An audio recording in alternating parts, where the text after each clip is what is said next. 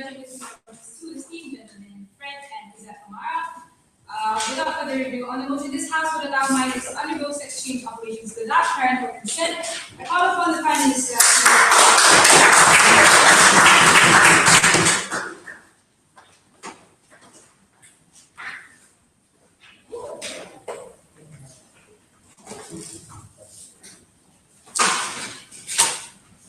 Yeah, I have it. Oh, sorry. It's unfortunate, depressing, and even a bit more saddening that an individual's choice that is going to affect him for the rest of his life is contingent upon his age. Something that you choose and something that you put your thought into, and an identity that inherently is yours, regardless of whatever is in your pants, is robbed of you simply because of your age and simply because your parents' ideologies block you and disagree with your lifestyle choices. Ladies and gentlemen, it is inherently a depressing situation that LGBT teenagers, specifically transgenders, are disallowed their choices to empower themselves due to the state narrative and the individuals within the state stopping that. First of all, what's our model today and what would we characterize in mind? We would think that individuals that from 13 to 18 would constitute as a minor. Individuals in their formative years where they are searching for their identity, when they discover their identity, when they figure out who they are in the long run of their life, who they are and who they want to be for the rest of their life. And under that situation, why is it important that we allow it within the formative years in the right zone? Because that is the year where you find your identity, and those are the years where you specifically find what your preferences are and who you want to be for the rest of your life. Second of all, we would teach these individuals about the procedures. We concede and we concede that's sure. Some people won't acknowledge the risk and some people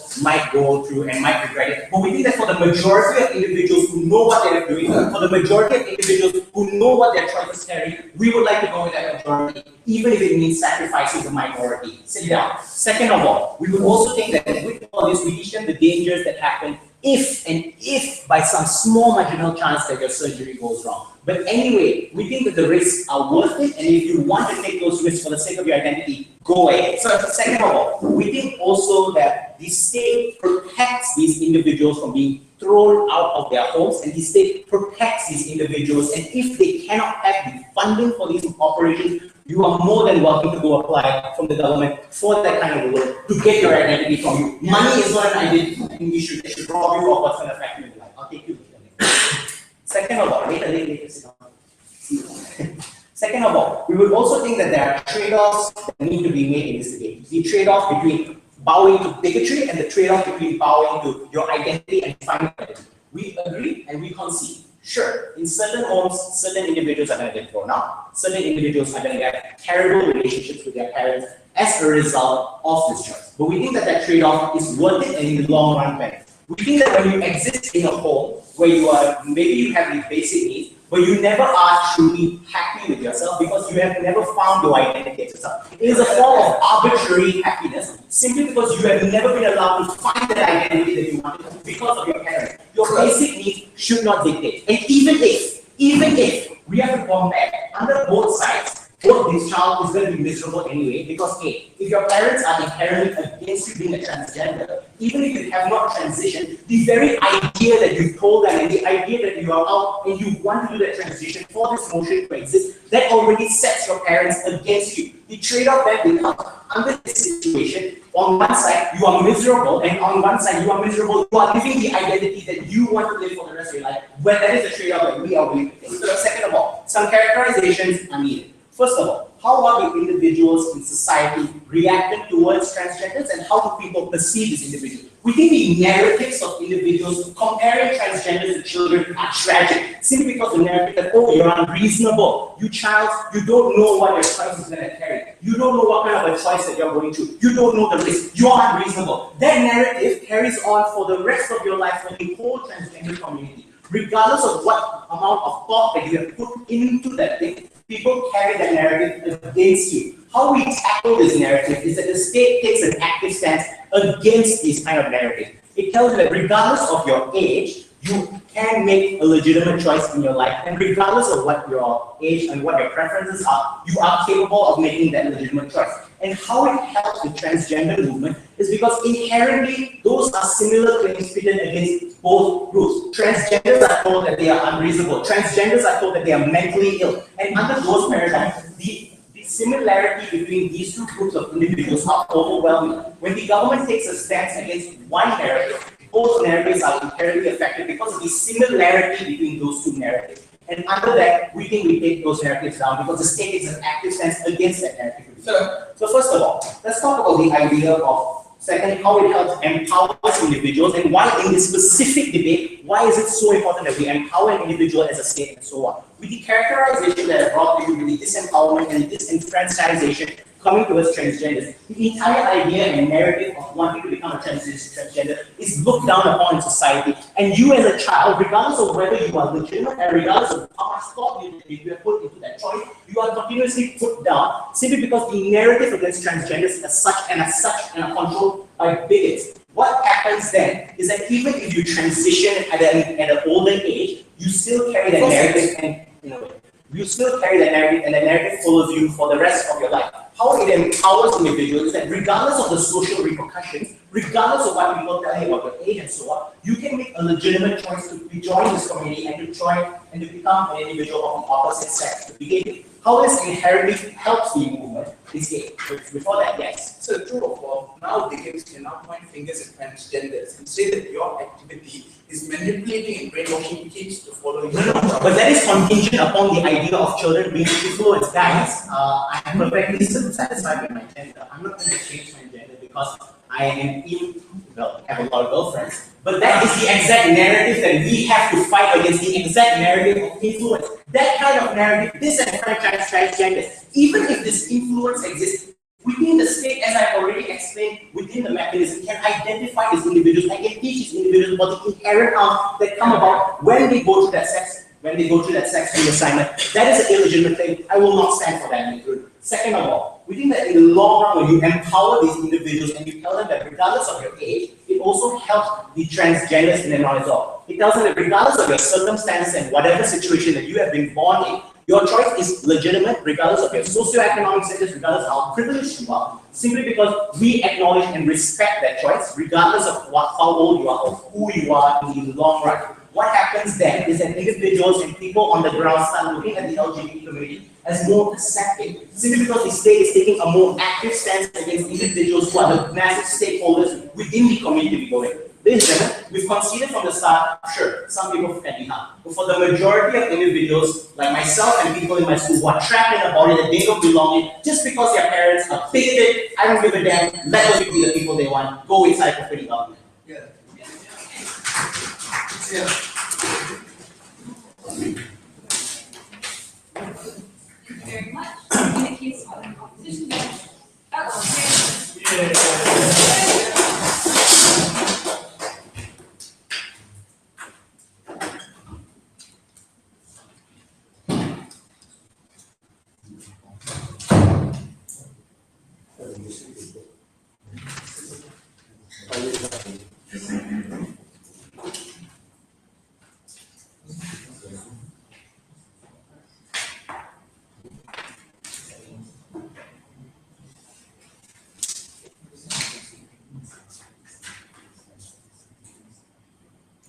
It is unfortunate that a lot of transgender need to face discrimination.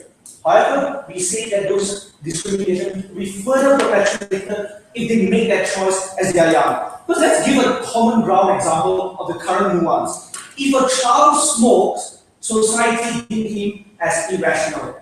If an adult smokes, they deem him as understanding the full gravity of his choice, his lifestyle choices, and the disease that will come. People feel that he is rational.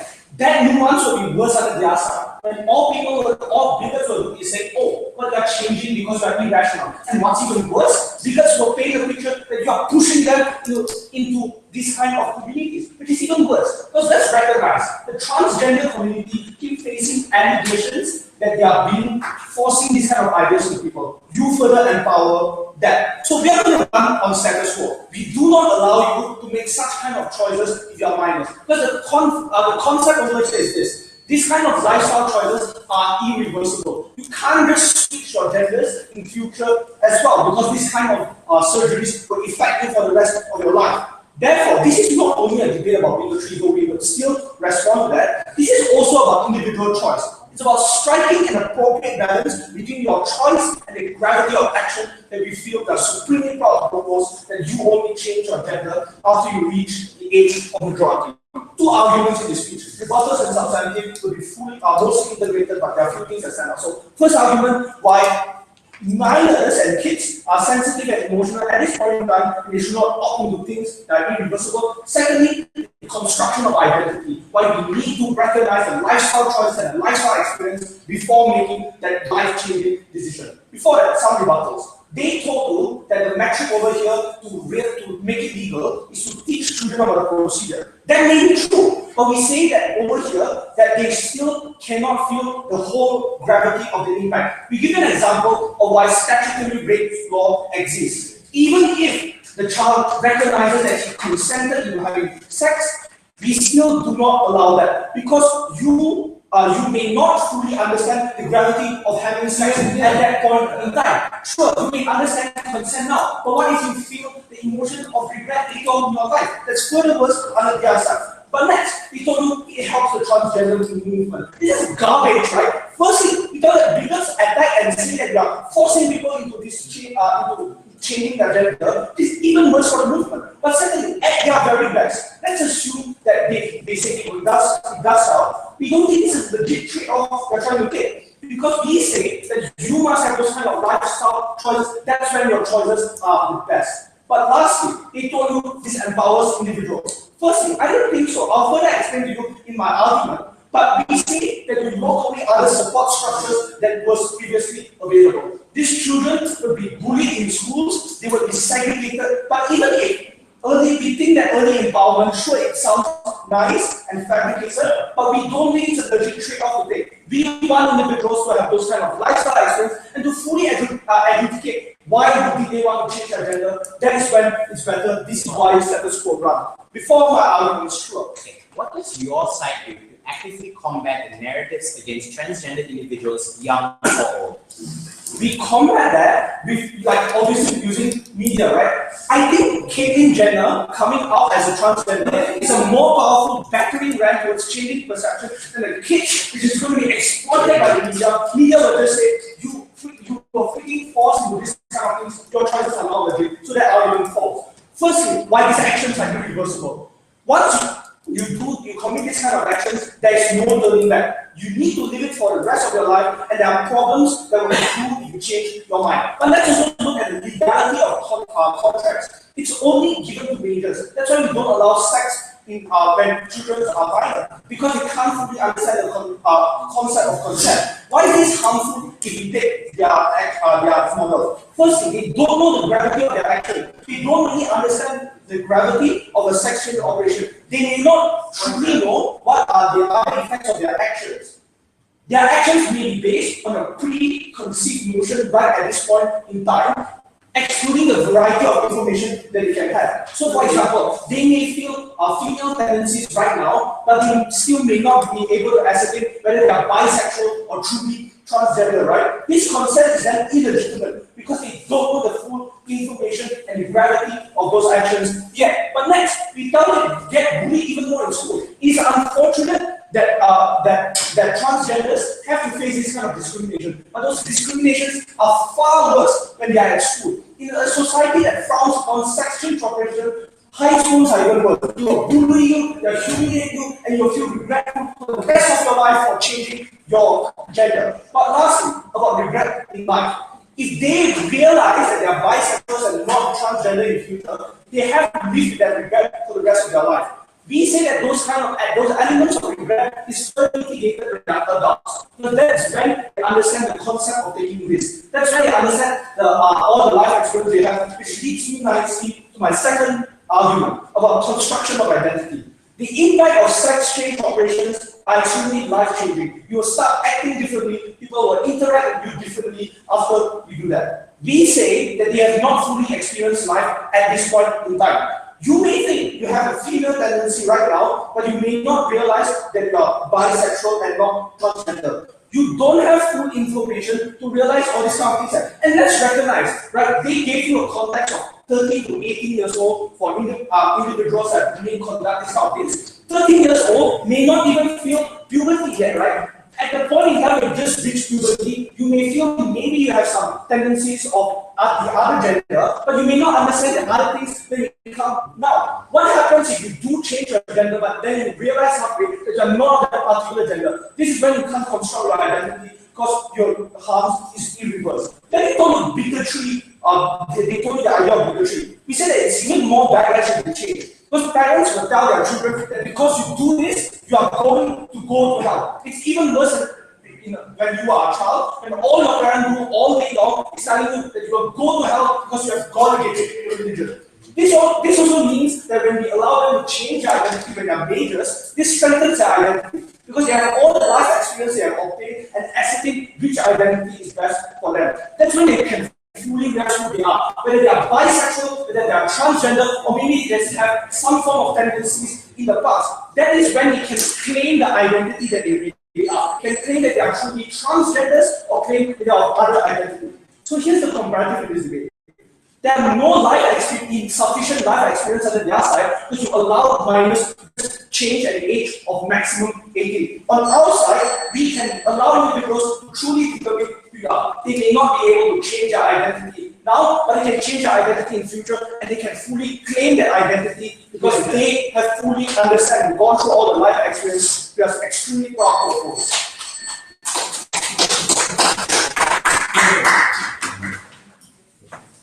Very much in the case of the government,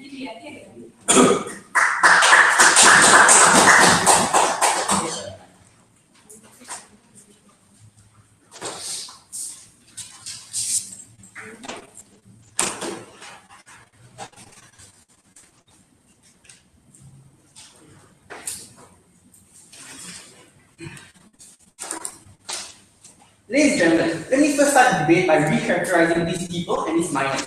Some people, 13 years old to 18 years old, are people of teenagers of age of discovering themselves. They start to want to know and start to understand themselves and start to understand how they are, how they want to be. In this age is when they actually understand things and become themselves. We think that it's crucial for these teenagers to be able to express themselves, and we think it's crucial to empower their identity and allow themselves to empower this identity. But before that, let me move on to my first rebuttal. First rebuttal is when cannot compare smoking and changing sex. We tell you that you cannot compare smoking and changing sex because one, smoking has an inherently bad effect. Smoking obviously causes lung cancer, causes I cannot say that word. Causes a whole lot of harms to you as a person. And secondly, because changing sex is simply to identify yourself and to empower yourself as a teenager. Second rebuttal. It's also very insisted that the children cannot understand. We concede the fact that fine, a few children, maybe a few teenagers won't understand this. But we think in a majority sense, where most people will understand through the seminar, and even before they take this operation, how they will be taken up step by step. They'll be taken step by step through this procedure. They will then understand, the majority will then understand what they're going through, what the effects would be, and what outcome might be in the end. We think there is a trade-off that we are willing to take to empower these teenagers that are of 13 to 18 years old. Now sit down. On to my third rebuttal, which is when they told us that when parents realize that they're transgenders, they're going to hate them even more. The thing is, right, we've already told you that, let's say a child, Navi's already told you, let's say a child has to come to the parent and say, Mom, Dad, can I change myself? Let's say I'm a boy, which I am a boy. But let's say I want to change to become a female. I tell my mom and dad, let's say that conversation. Mom and Dad, can I change to become a female? Then we transgender. My mom and dad would inherently already hate me and already have something against me because they know in my mindset I already want to be somebody else that I'm not. In a conservative sense, they already wouldn't like me in the first place. So what we are bringing here today is that we are empowering children and allowing them to express themselves in other methods. Fine, the parents might not like it anymore, but we also have state laws where we protect them from having their parents owning them and having them not even have basic needs and so on and so forth. Before that, sir, before that, sure. So I if the impact that the child will face is that the parents will constantly tell them every day that you are going to hell, doesn't that put the child in a pretty bad position where he's constantly being told that he will die in eternal damnation? Ladies and gentlemen, I think if a parent were to really hate their child so much to the point that they would call this child off and say that you're going to hell, I think that parent in general is already abusive in the sense of emotional sense. The state has already had this laws of preventing these parents from being abusive to this child, and this is a matter of abusive in emotional sense. No, sit down. Take it. Now, moving on to my point. First, I'm going to tell you the benefits for these minors themselves by giving them this right to choose and change their genders without the parents' consent. First, the principle of why a minor should not be robbed of this choice to change gender. Why? It's because you are delegitimizing their choice. Why? You're telling them that just because you're of this age, you cannot change your gender. Just because you're of this age, you do not recognize you as an individual, you do not recognize you as someone who can choose who you are, you do not recognize yourself as we do not recognize you as someone who can identify yourself and make that choice. We tell you that this is extremely harmful as teenagers are people who are growing up, who are discovering themselves. By stamping down this ability to choose, you are actually, in a sense, stamping down their confidence, stepping down what they want to be, stepping down what they are. Now, sit down. What else? Moving on to my second level of analysis. It's how by allowing them to change their sex without parents' consent is the only way, and you cannot allow them to do it with parents' consent. Why? Because, like I said in my previous example, where parents might be conservative, the parents might not want the children to become transgender or so forth and so on because of maybe certain ideologies or certain religious beliefs, whereas we think under our side that it's not a trade-off for us to allow teenagers to have this power to empower themselves, empower themselves and identify themselves in such a sense where it is good to identify themselves. I keep saying the same words. Yeah. Would you allow children to have sex with each other? Ladies and gentlemen, we think that sex with each other is something that no, we wouldn't allow. Why? No, we wouldn't allow. Why? Because sex with each other might cause, as I said, sex protection. Children as a whole might be, in a sense, more how do you call it? In a sense, more. They tend to rush to this choice of having sex during the moment. You see, you have to understand when someone is horny, they will do stupid things. But whereas I'm very personally sensitive about it. But anyway, moving on to this transgender, where if you really give them that period thing through everything, you even give them that time to chicken out at the very last minute, where you give them one more last chance to chicken out and say that, hey, this is what's going to happen, this might happen, and this is what you're going to face. Do you think on the outside is very different from being horny and in the moment? Now, moving on, anyway, moving on to how is this state sends a message to the people and telling them that, hey, LGBT or rather transgender in children or minors should be also fine to help in the oppression of LGBT. Why? Because all brought up that, hey, an adult who is actually, how do you call it? An adult who is transgender is better backing them as a quote, backing them in a phase where we fight for transgenders' rights. We here tell you that where the state allows these things, now people will understand that, hey, this is something that is fine. Even minors can do it, and minors think if they themselves can identify themselves with it, then it's fine. There's nothing wrong with being a transgender under this case. This is how to send a message to the people that being transgender is fine, even as a minor. So what have I brought to you today? I brought to you the principle of why a minor should not be robbed of this. I've told you today how it's crucial for one itself to be able to empower themselves and choose their own identity in the early ages. I've also told you how the state sends a message in order to stand down this oppression and stand down this stigma on the LGBT. And I've already told you that minors generally should be in this one. Thank you. Thank you very much. To conclude the opening half, yeah,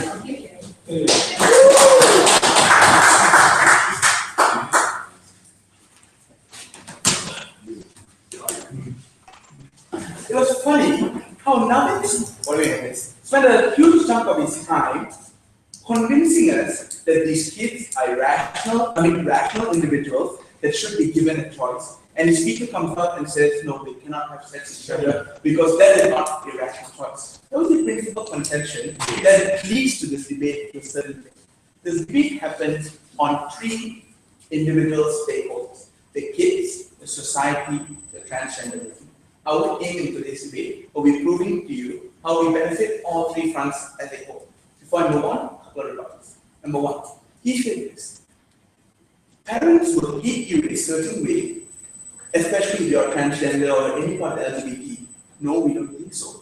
Parents, if they do know that you do want to associate yourself or do intrinsically believe you're transgender, they will not hate you. At best, they will scold you, they will try to reason with you, but there's a difference when you act out on those lines. My mom didn't hate me for wanting to get a tattoo. My mom hated me for getting a tattoo. That's a clear distinction that we need to talk about. Secondly, they said that, look, these people are discovering themselves. That is the nuance that we were looking for. They have yet to discover themselves. We need to respect that these children, unfortunately to say, are completely rational, they're myopic. They act on emotion more than looking at the spectrum of pros and cons. And that is where the harm is further exacerbated, when the child does not know what he's getting himself into. That's why state has laws to prevent parents from pushing non-restorative surgeries onto their kids, because they understand that, number one, the kids, even if the kids say they will not mind it, that there are further repercussions that will happen in the future, that the kids weren't ready or were unaware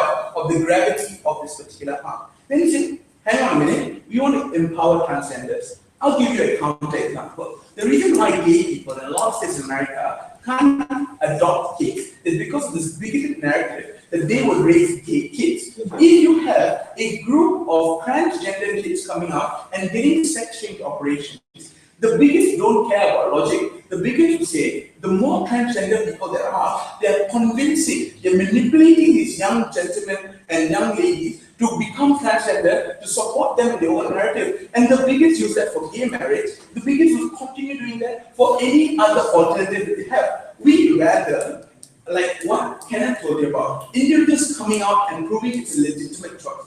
So this brings me to my substantive. I have thoughts. Number one, why waiting that 13 to 18 years is a better alternative? Secondly, how when there is a lack of support structure, it hampers your ability to gain a decent childhood, which is important when you continue your adulthood. Why sex change? This perniciously tackles your organs, and there is a specific nuance towards kids on why this kind of organ is necessary or not, and I'll handle that, and how society would react, and why is that harmful towards the transgender community and towards the kids as a whole. Number one, why do you think waiting is a better alternative? When you make it, because number one, you make it seem like a more legitimate choice. When Caitlyn Jenner came out at a later age, but she claimed that she's been having these thoughts for a very long time, it proved to society that this is a legitimate choice because people think on it. They don't act on it irrationally, and that's how you convince other people to buy into the rhetoric that being a transsexual is a legitimate choice. When you do not act, when you show to society that this was actually a calculated choice that I made, that garners better support, that garners better traction in comparison. When you have kids who would come out as transgender, but when you have these stories as big as a nitpick of kids who became transgender, but in fact regretted the story, that regresses the transgender movement, because these bigots are very good at spinning news. They make Syrians look like Al-Qaeda across Fox News. They make Marco Rubio look like he's some secondary Jesus.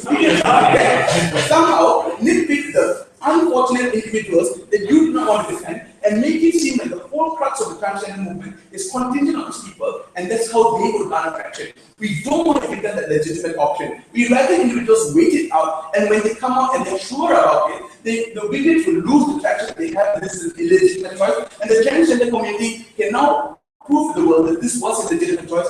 I waited on it for a very long period of time, and I believe intrinsically that I do feel in this particular way.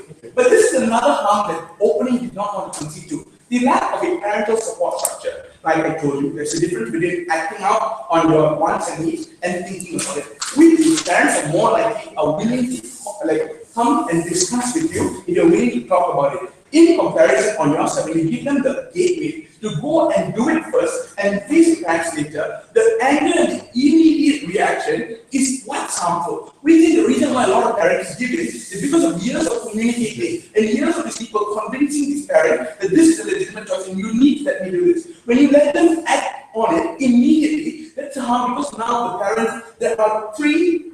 This is where I move into diverse analysis. Kids need these parents as a support structure for two important reasons. Number one is financial, and number two is emotional. When you now dislocate the financial support structure, these individuals probably cannot go get an education or cannot work on their other wants in life because you have robbed them of this ability. But secondly, the emotional fundamental reason why we need a parent, which I'll move on later. Okay, as a young child, I doubt very much that I would appreciate social repercussions that we taught for the rest of my life. However, if I am still willing to opt into this change, wouldn't that mean that I inherently put a lot of thought into accepting and... No, because that is not the rationale that people have towards kids. When a kid drinks, they say he's immature and irrational.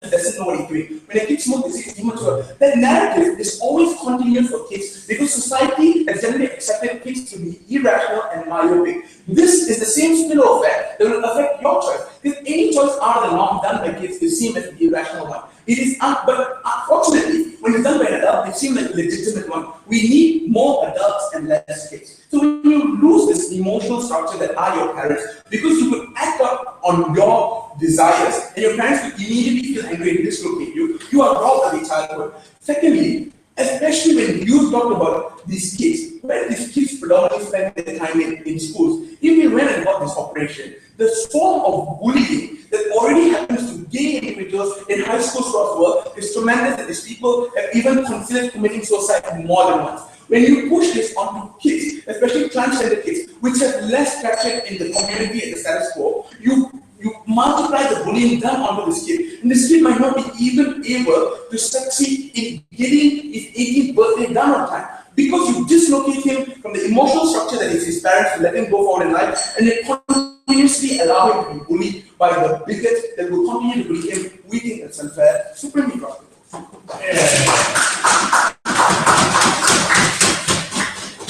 Very much. Begin the closing of the engagement of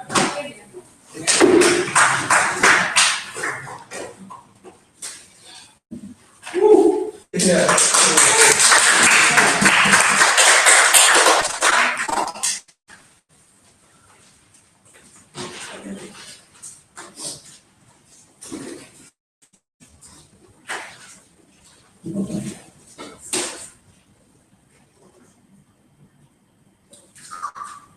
The moment you tell a little child that you are not going to get a sex operation because people are going to say that you did something wrong. People are going to say that you actually did the choice because you're irrational. People are going to point fingers at the transgender community. The minute people start doing that, we think that it forces the narrative that the bigots are trying to do upon the transgender community. It enforces the narrative that the transgender community is weak. We don't think that they're going to bow down to the pressure of the bigots. We don't give a damn about the bigots that exist in society. I'm going to argue two extensions in this debate. Number one, how the pressure against that form of sex change grows as you age, and technically you should do it as fast as possible as your own, in terms of your own pace. But secondly, I argue how it's systematic to tackle parents with this policy, and how do you disenfranchise parents who are conservative because they can never be angry for far too long. Before that, I will talk about a couple of rebuttals from opening up. Two issues mainly. Number one, it's worse for the LGBT community. The other side talked about how LGBT community as a whole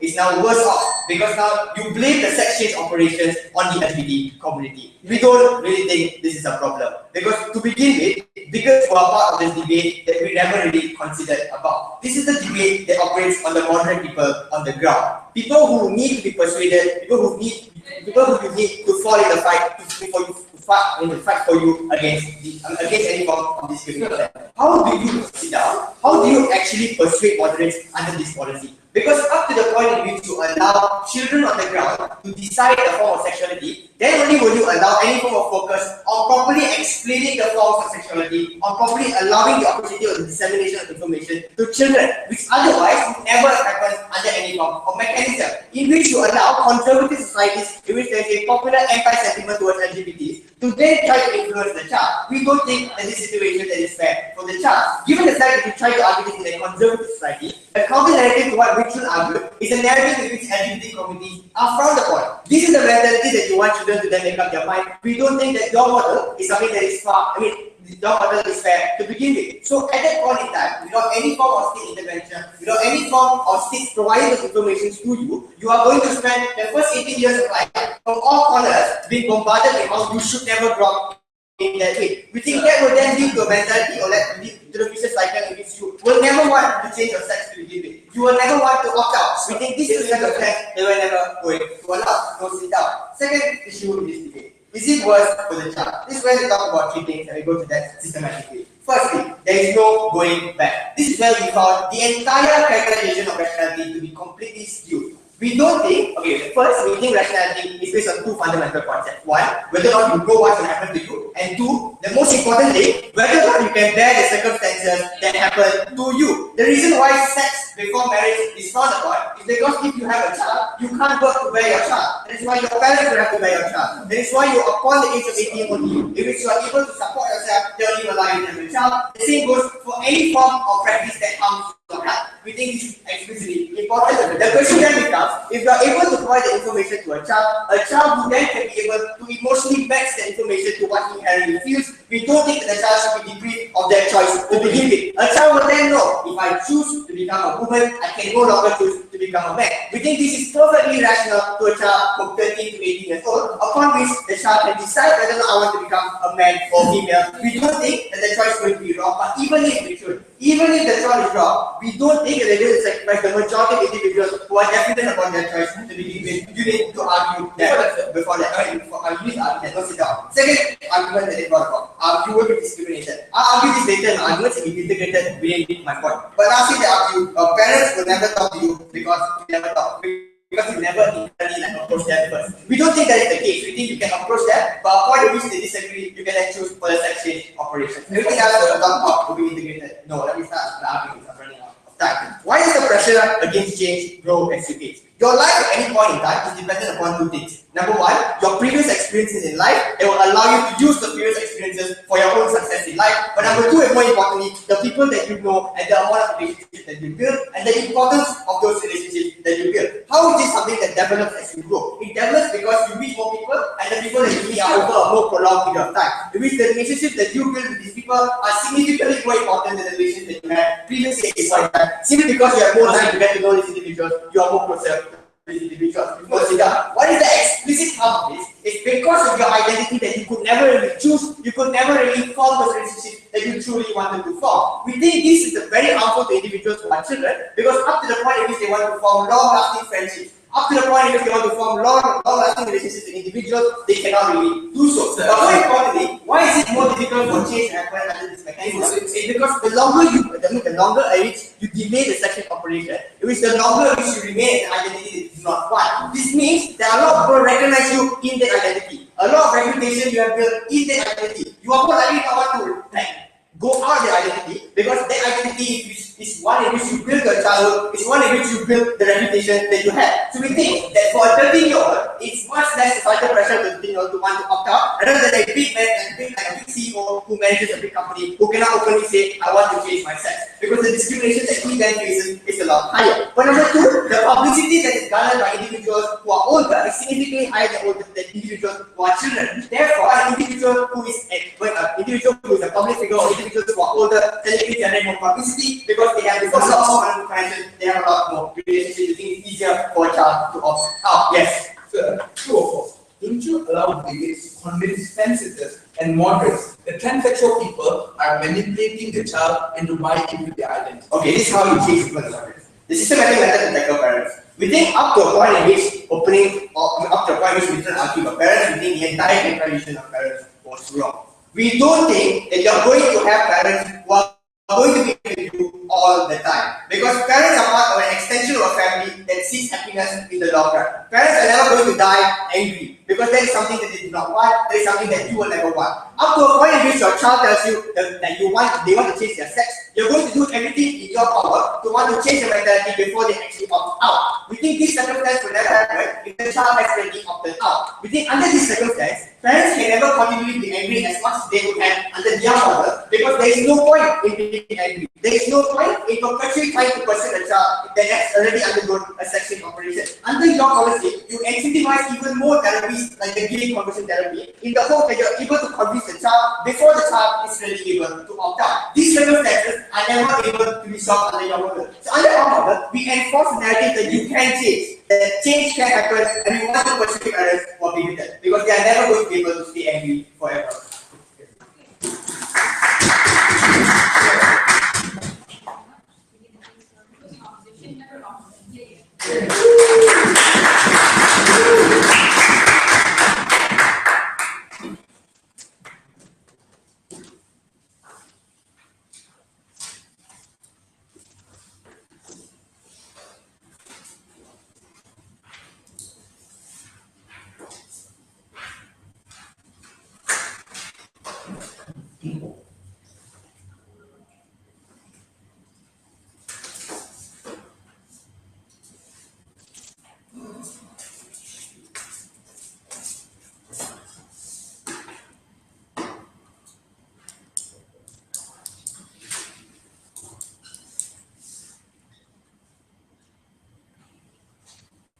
Madam Chair, as humble as government side think they are in the fight against discrimination and empowerment of choice, we think the circumstances where this child is in this kind of situation where it's not promising for them to make this choice, we think we would rather have them wait until they reach the age of majority, when only then they can make this choice, right? Before I move on to my extension, talking about how the discourse between parents and children now become toxic in their case, let's talk about the issues brought by side government. Right? Number one, from the extension from closing government, they talk about how pressures increase as age increase, right? We think this is really problematic, and this is a contradiction to their case. Because under his speech, and he characterized identity to be constructed upon the people that you are surrounded by, the environment that you are with, right? This is really problematic because think about it. The fact that the parents do not want to give consent to your transgender operation means that your parents is a conservative parent, right?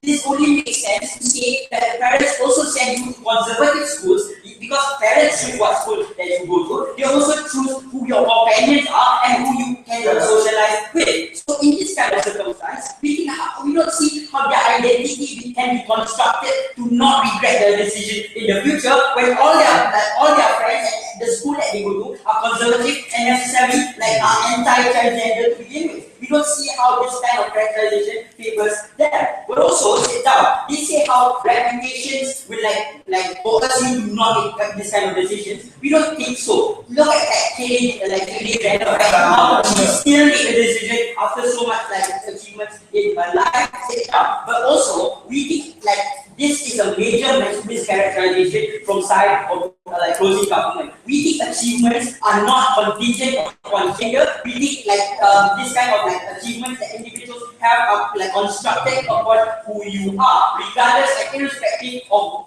whether you are a man or a woman at that point of time. It would be sexist for them to say that because they were men at that time, now they become a woman, now their achievements are not acknowledged and people hate them forever. This is really problematic and we think they lose this kind of issue. Second, this issue from both opening opposition, how they fight for empowerment, right? Now let's take a look at the question. Is empowerment a prerogative that we really need to defend? We think of course empowerment of choice is important. But the question comes, should empowerment of choice come this circumstances where they are in this kind of age, between 30 to 18 years old? We think we can still empower your choice after you leave 18 years old, assuming that you still want to make that choice. And if you don't want to make that choice anymore, this means you have rationalized that choice and you have constructed your identity. We think in those circumstances where you have more sufficient experiences and knowledge and information, in these circumstances we want to err to the side of caution, and in this like in this kind of instance, we can presume that it is like more probable that you will not like regret this decision in the future because you had a longer time to think for this decision, right? But also, like the next issue about like is this a form of ageism? Like opening said this, like if we don't allow like children to become like to undergo this procedures, it will be a form of ageism towards them, right? We think not necessarily so. It's not that the choice of these like children are completely illegitimate. It's just that because they lack a certain amount of experience, we want to substitute that lack of experience with the experience of your parents. We think that this active discourse that you engage with your parents will lead to a better decision because we understand that also parents have a fundamental effect to the identity that you have in the future. Necessarily, parents construct your identity as well. Think about it, like Rafiq told me how he is a West Ham fan because his father was a West Ham fan. Like that's really odd, right? We think that this shows how parents construct your identity as well.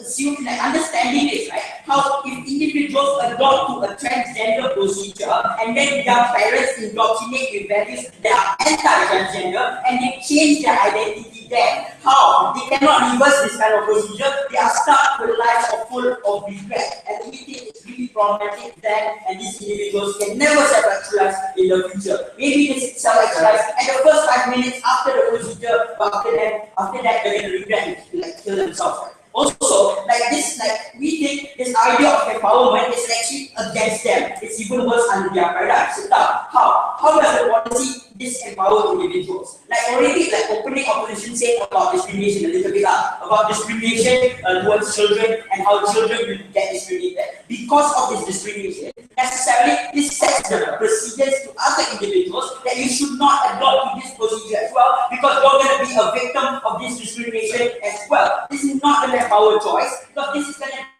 power choice because individuals are now determined as choice, seeing the harms applied to individuals who are like discriminated because of their gender change. Sit down. Moving on to my extension on the discrimination of parents because of toxic discourse, right? How is this so? We think because you make this decision without consent of parents, without talking to your parents, there is no discourse, or even if there's discourse, there's little no discourse, right? And discourse is not efficient to the point you are unable to like engineer your parents and shift their mentality to be more liberal and accept transgenderality, right? We think it's really problematic because we understand that transgender, the choice to become transgender existingly is already a taboo, right? But also the really problematic thing, like the really exclusive thing about transgender and gender change is that you change your identity as well. And this is significant, like really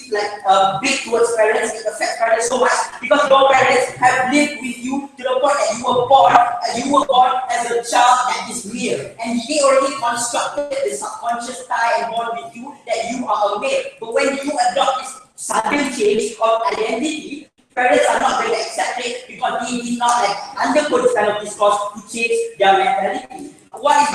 This is even more problematic because parents are not involved in making that choice, and this is where the God complex enters, right? How we think a lot of parents are authoritarian in nature and do not accept when their children make choices without them, because there is individuals who have the God complex combined with this sudden change in identity will cause discrimination and toxic discourse. Even if they are going to discuss, if they're going to have discourse after gender change, the gender change after the discourse pre-gender change will be toxic because parents already have a notion against transgender and they can never change. And plus, even if we hamper empowerment of choice, at the very least, right? Because we can shift, we are forced to shift mentality in order to get this consent. One less debate is one better individual in society.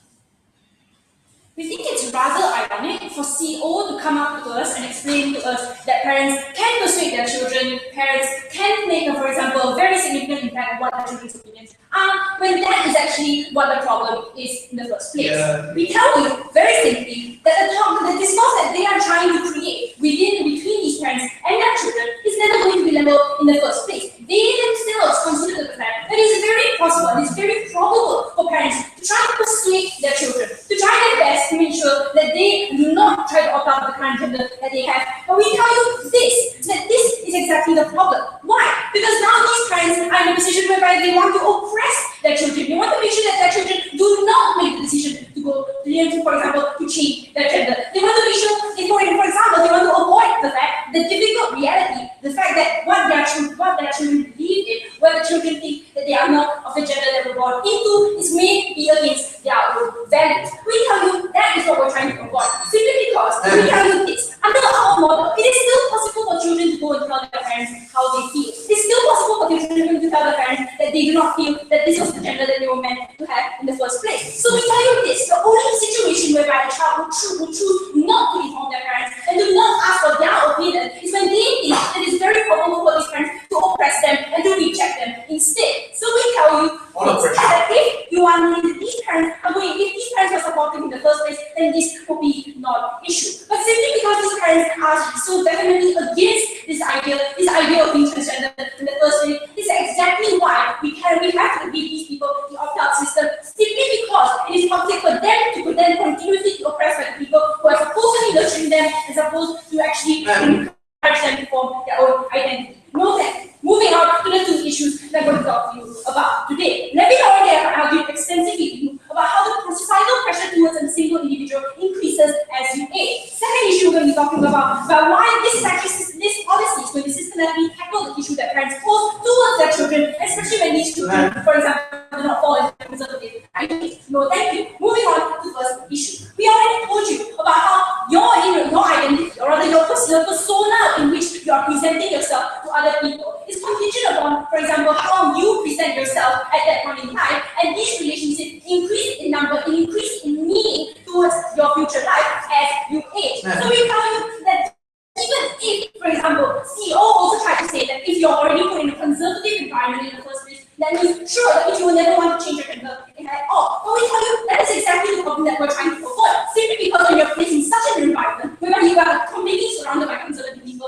whereby you already have to act under a persona so that you will not, for example, be bullied or be segregated from the rest of the world, then you already have this expect the society, or rather your community already have certain expectations upon you, expectations which increase as you age, increase as time passes, simply because they get to know you more, or they get to know the persona they are acting under more. That is why we tell you that it's very hard for you to ask this man to wait until they are 18, simply because the relationships that you form during these years are relationships that can potentially last and should last for the rest of your life. And the fact that you're forcing these minors to form these relationships under the persona in which they have to act under, simply because you don't want them to have an opt-out system, is what is actively harming these people in the first place. It's what makes it unacceptable for us to ask them to wait. It's what makes it so hurtful for them to continue living a lie to themselves simply because they cannot make that transition right now. Go.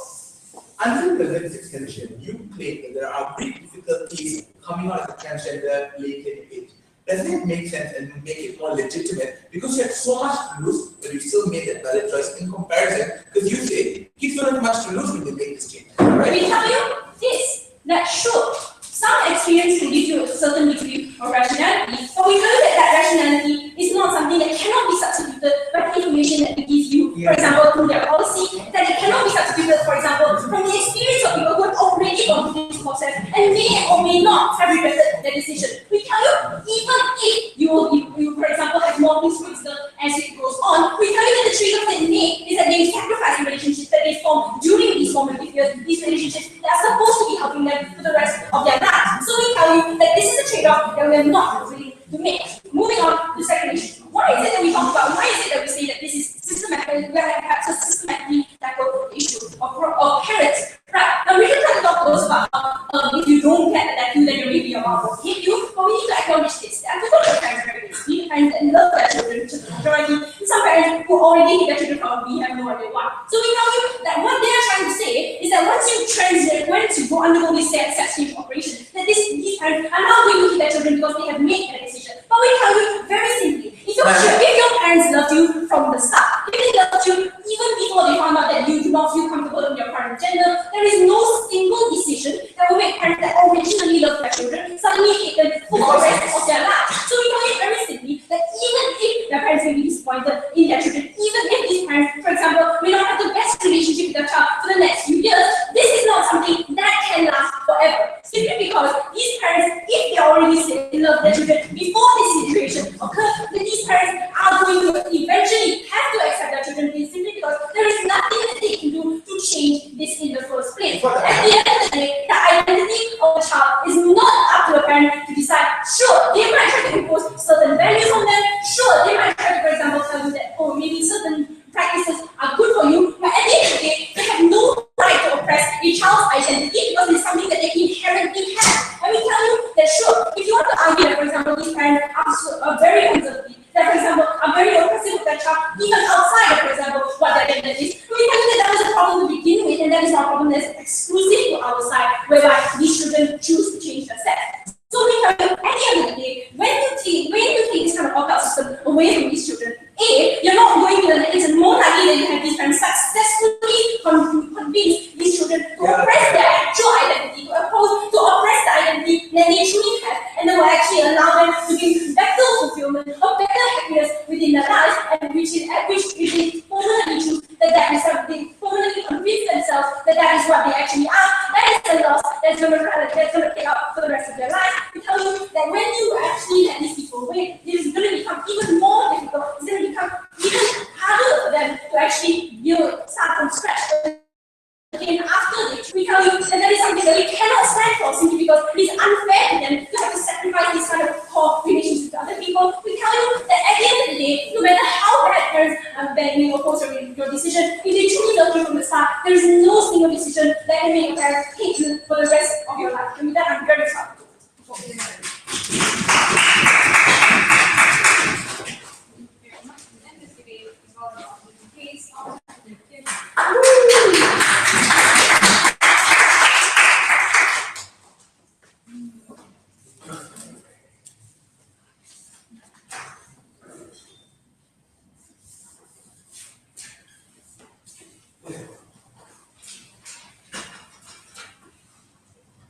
Since transgender and transsexuality is a very taboo topic to talk about, so let the judges and EXCO relax, put your head back, take your feet up, and let I do job to settle out this for closing of the mission. So let's take a look at rebuttals for women with. Her only rebuttal for our side was basically that if you discuss it with your parents, you are going to be discriminated more because the fact that your choice is going to be alienated by your parents and that you will reject your parents' choice and you will not make that choice by the end of the day. This is perfectly better rather than having to compare your parents discriminating you or your parents hating you after you make that choice. And in this terms, you want to be back by the time it's too late. So in this terms, we see that having the parent to stop you earlier is better rather than having to discriminate you after you go and you explain many emotional mood swings and have you commit suicide by the end of the day. The second rebuttal to her speech was that she said the principle was that as you grow older, basically the pressure to change is harder. But this is a false characterization. It is actually the opposite. As you grow older, the pressure for you to change is easier. Why? When you're young, when you're a child, people will see you as not mature and you will be attacked by religious groups and people will picture you as, hey, that's a child, that's illegal, let's change him, let's change him to transsexual. As a child, the pressure to change or the pressure to change your sex is even more because when you grow older, second, you have more friends. As she said herself, friends bring more experience. So in terms when they are friends with you and then you can integrate together, even though when you change your sex later, when you grow up, you have a social support or you have a structure behind you to support you from being discriminated by the end of the day. So we see now the choice from being changing your sex maturely or changing your sex unmaturely in terms when we define age is very important in this debate, and that her speech has totally disoriented. Now, so moving on, let's take a look at two of the issues that analyze in this debate. The first issue, why does having a gender change, specifically when you are under a guardian, harmful to the individual and to the society? And the second issue, who can secure a better future for these individuals no matter whether they change at young or at an old age? So let's take a look at the first issue. Opening government argues that you can empower these individuals, that you can practice self-actualization, that they can become something that they want to become because at a young age they want to express themselves. But they don't see the flaw in these terms. My simple rebuttal is that, even though it is true, but the comparison that at an age where you are okay and you are not stable, this is an age where they see that expression is the best. At the age that they see expression is the best for you to have to change your sex, it is also an age where you are not stable. In these terms, I'm already talked about how you are going to feel self-actualized for only 5 minutes. After that, you are going to regret something that you cannot reverse back by the end of the day. So, in terms of matter of age, and it also comes with terms that when you grow old and you have friends, or you have more experience, and then this will lead to the best choice when you want to change your sex by the end of the day. So, but the more empowered children, the more empowered the child feels against parents, the more parents feel hate against them. In this case, meaning to say that there are two possibilities by the end of the day. The first possibility is that they can grow big and they get hated and they have an irreversible life. The second possibility is that they get an express life, they are free and they can change their sex anytime. But the more likeliness for them to grow big, get hated and have an irreversible life is because the biological ties to their parents is important. The parents are very keen for growing child, especially teenagers and for the child in their formative years. Assuming the children was there in their formative years and has already been discriminated by the parents, even so, then this will have a very severe impact to their brain, to their mental developing since they are still a child. You have to understand that a child or a teenager's brain has not been fully developed during that stance, and when you want to expose them to the parents' discrimination and you want to make the parents even more discriminative against them, they don't see the future for these children that will be destroyed by the end of the day. So why do we characterize the children especially? Because they're growing up, they need love, and that they need education to grow. But how can you educate them? How can you love them? How can you do that when you are discriminating them and you don't support the choice because their policy will pass? So in this terms, I also have an analysis that research shows that children's brain and mental is going to be severely harmed because of abuse or being abandoned or discriminated in this house. That's harm outside of the government. So it's no matter. The second point, they argue that it's irreversible. That the fact that it's irreversible, that means it's the fact that it's a very important choice to make. Yes, we do agree that it's an important choice to make. So in terms of it, it's an important choice to make. Of course, you must be mature to make that certain choice. Take an example when you're about to shoot someone in the head. That is a very important choice, and that the likeliness for you to shoot him in the head better, the choice during the situation is when you're an adult or when you get mature and you can do better rather than when you're holding a gun and you're a child pointing into the head of an adult. So it is very important to specify that you are going to act maturely or choose to make a decision together with experience and also your age of certain times for you to get or have a mood swing or that you can be a better children without changing yourself. Now, before I move on, proceed. Given the fact that you consider that parents are able to shift the discourse, what is the likelihood of your policy that parents are able to scar children for life and up to the point in which they will never want to offer sex change? Yes, we do agree that the parents can scar them for life, but you have to understand the change when the parents want to scar them for life before and after they want to have that sex change by the end of the day. So let's take a look at my second issue. Who can secure a better future to these individuals, especially for their transgender? Opening government came out and said that let the individuals find their own identity. Let them have their free life. Let them be transgender or transgender. No matter small or big, they are still the way that they want to choose their identity. But they don't understand that yes, we allow these individuals to have change transgender with their parents' consent, but also in a suitable age. Why? Because assuming the child is in formative years where he needs love and he needs attention from his parents, and you deprive him from love, you deprive him from what he really needs during the time when he's a child, and also education will in terms of fear and also confusion is a factor of failing to education. You will make the child more discriminated and more tough, rather than to stop them from being discriminated by the end of the day. So by the end of the day, by the end of my speech, let's characterize two things. Whether or not you want to allow it and the benefits and harms, and whether you don't want to allow it and the benefits and harms. On the side of government, what's their best case? They can achieve self-actualization, they can have their wanted identity, and they have the confidence of empowerment. But their harm to them is that they are hated by parents, they are identified likely to be more discriminated in the future and have a failure of success, and also your confidence in return to really mark that sits in your mother's heart that will harm you forever. On our side, we will allow two-sided discourse. It will be a better environment, even when people get in a big deal. With all these reasons, if I want to change myself, I will ask everybody in this room here before going to the operation. Thank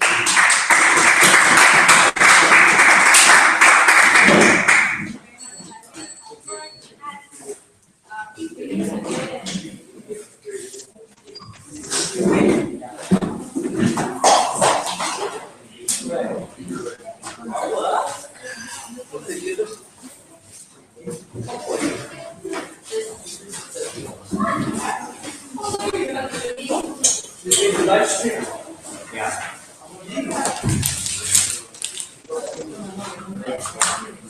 Okay.